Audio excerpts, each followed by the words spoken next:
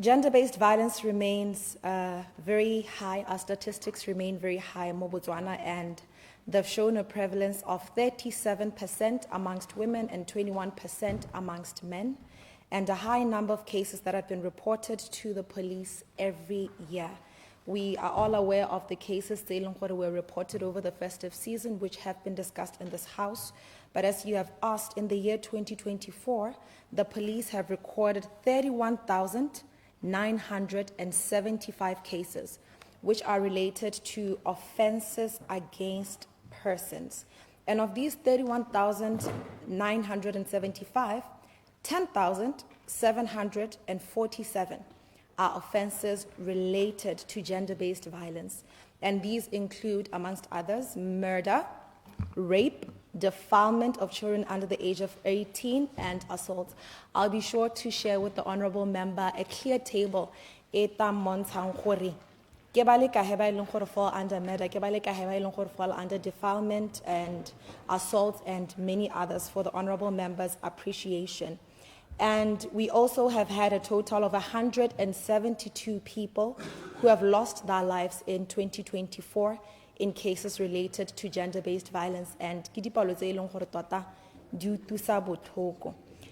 as we note that gender-based violence is a complex phenomenon, we also note that it requires a community-based and multi-sectoral approach.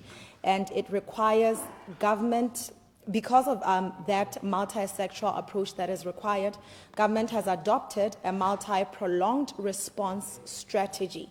And it includes undertaking legal and policy reforms as well as institutional arrangements. And some of these are as follows. I will start with the legal and the legal frameworks and the policies that have been in place to curb gender-based violence. We have had the passing of the Sexual Offenders Registry Act, which introduces stiffer penalties for persons convicted of sexual offenses, as well as to register recording of names for such persons who have committed these sexual offenses. And this act, in addition, prohibits convicted persons from working with children, from working with the elderly, and from working with persons with disability.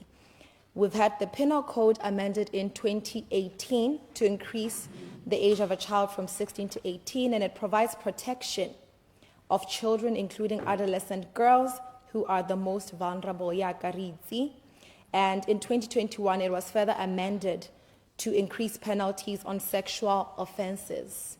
And to specifically address gender-based violence, the government adopted in 2008 the Domestic Violence Act and the regulations of 2013 to facilitate the effective implementation of this act. We have the Criminal Procedure and Evidence Act of 2021, revised the criminal procedure, and which was revised during the Criminal Procedure and Evidence Act to make it more comprehensive and largely more sensitive, particularly when dealing with cases of rape. The reviewed act now empowers survivors of rape to have a voice during evidence collection and at prosecution stage.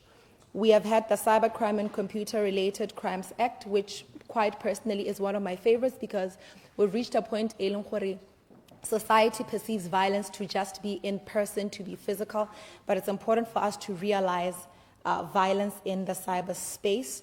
And this act criminalizes offenses committed against and through the use of computer systems and electronic communication networks, etc.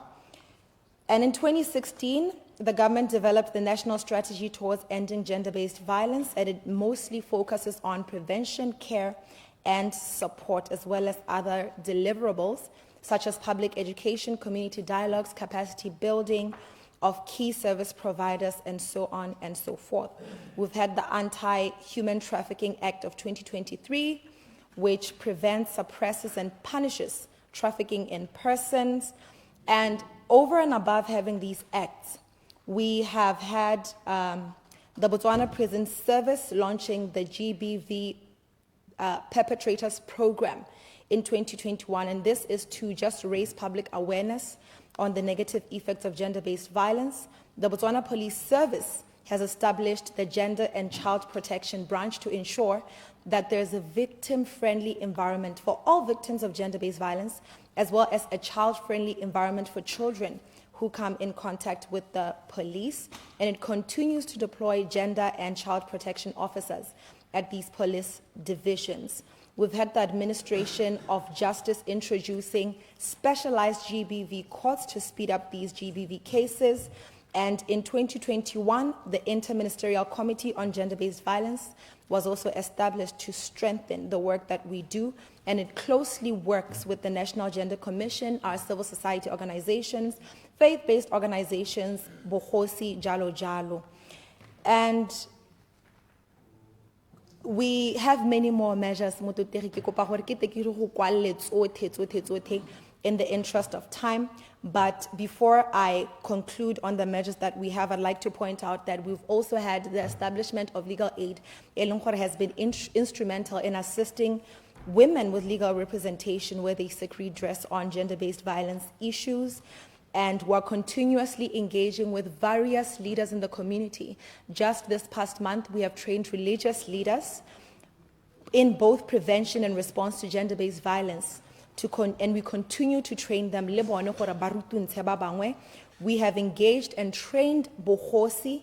To date, we have trained 755 dikhosi to cover gender equity basic concepts and international instruments, domestic laws, and so on and so forth. We've had the Ministry of Justice develop the gender mainstreaming guidelines in 2023. And like I said, we continue as the ministry to really adopt and implement this multi-sectoral approach as we realize and you also ask the effectiveness of these initiatives, which I haven't even listed all of them. And it's safe to say, despite having some of them in place, we still have rising cases of gender-based violence, and we still have quite a lot of work to do. Regarding Section 335 of the Criminal Procedure and Evidence Act, the Honorable Member has asked about if we are going to ensure that this particular act is operationalized, and it is already in operation. But I will commit, because I see the passion that comes from the Honorable Members, and for it to be empowered and beefed up and fully implemented, like the rest of the laws that we're currently actively working with the Ministry of Justice to ensure that they're implemented to full potential and that they yield the actual desired results. Further measures, it's to really ensure that all the measures that are in place are being implemented. We have strategies, policies, laws that are already in place that we need to build capacity of all of our key stakeholders to ensure that they all come Clarification, to with Mr. us. Speaker. I thank you, Mr. Speaker. Supplementary. Supplementary. Supplementary, Kaiser. Ka leboga ta ke leboga minister ka dikarabo tseo. Honorable Minister, we really missed your voice in Parliament. Me hela ta kere